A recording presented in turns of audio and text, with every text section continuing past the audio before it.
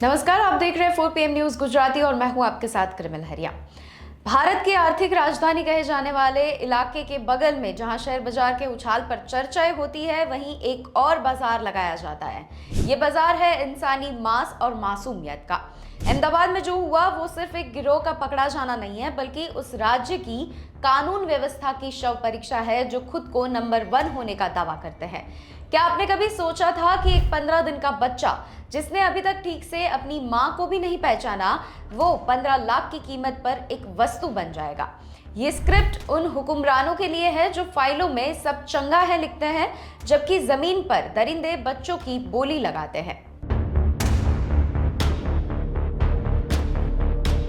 आइए इतिहास के पन्ने पलटते हैं। 2023 कालूपुर थाना के मुख्य आरोपी यूनुस सिंधी को बच्चा चोरी के आरोप में गिरफ्तार किया जाता था। वह जेल गया, लेकिन यहाँ से कहानी में सिस्टम का खेल शुरू होता है। अब सवाल ये होता है कि एक अदातन अपराधी जो मासूमों को चुराता है, वो इतनी जल्दी बाहर कैसे आ गया? क्या पुलिस ने उसकी हिस्ट्री शीट ट्रैक नहीं की थी? जब सरकारें दावा करती है कि वे अपराधियों की कमर तोड़ रही है, तो यूनुस जैसे लोग उस कमर पर चढ़कर दोबारा रैकेट खड़ा कर लेते हैं। ये विफलता नहीं, ये प्रशासनिक मिली भगत की बू देती है।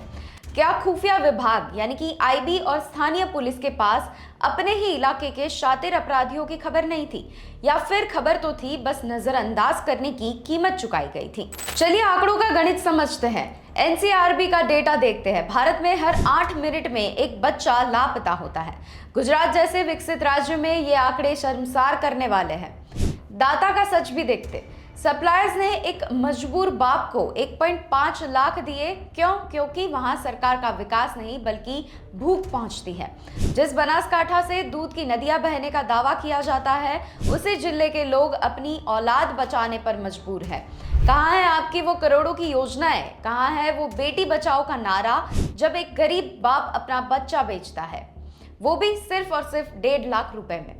आपके सत्ता के महल की नींव पर भ्रष्टाचार का दीमक लगा हुआ है, लेकिन सरकार की आंखें अभी भी बंद है।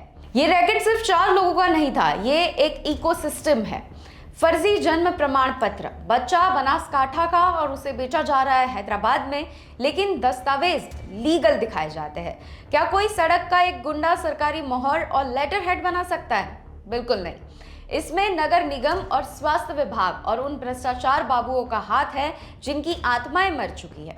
दूसरा मुद्दा, पुलिस की मूक सहमति। गुजरात से तेलंगाना तक का सफर 1200 किलोमीटर से ज्यादा है। दर्जनों टोल नाके आते हैं, दर्जनों पुलिस चेक पोस्ट आते हैं। एक कार में 15 दिन का बच्चा बिना किसी सुरक्षा के सफर कर रहा है, और हमारी स्मार्ट पुलिस को कुछ भी नहीं दिखता।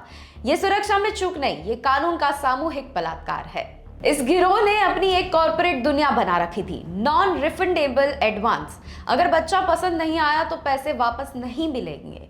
ये संवेदनहीनता की पराकाष्ठा है। यहाँ वो दौर है जहाँ व्हाट्सएप का इस्तेमाल बच्चों की फोटो भेजकर बोली लगाने के लिए किया जाता है। अहमदाबाद क्राइम ब्रांच ने कुछ लोगों को पकड़ तो लिया है, लेकिन क्या गृह मंत्रालय ने अपनी जिम्मेदारियां ली? क्या स्वास्थ्य मंत्री ने इस्तीफा दिया कि उनके ही विभाग में फर्जी सर्टिफिकेट का धंधा चल रहा है? अब जब तक आप सिस्टम में बैठे उन बड़ों को नहीं पकड़ोगे, तब तक इन तस्करों का ऑक्सीजन बढ़ता जाएगा। जब तक गुजरात की सड़कें सुरक्षित नहीं रह पाएंगी। जनता को अब आंकड़ों से नहीं, एक्शन से मतलब है। अगली बारी हम या फिर किसी और बच्चे के रेस्क्यू की खबर का जश्न मनाएंगे, तब तक जुड़ी होगी, या उस व्यवस्था को बदलेंगे जो बच्चों को विक्रय वस्तु बना देती है। अहमदाबाद क्राइम ब्रांच की ये सिर्फ एक कार्यवाही शुरुआत है, लेकिन असली इंसाफ तब होगा जब उन सफेद पोस्ट चेहरों से नकाब उतरेगा जो एयर कंडीशन कमरों में बैठकर इन तस्करों की फाइलें पास करते हैं। आज गुजरात का हर नागरिक पूछ रहा है, क्या हमारे बच्चे आपके सिस्टम की लापरवाही की कीमत चुकाएंगे?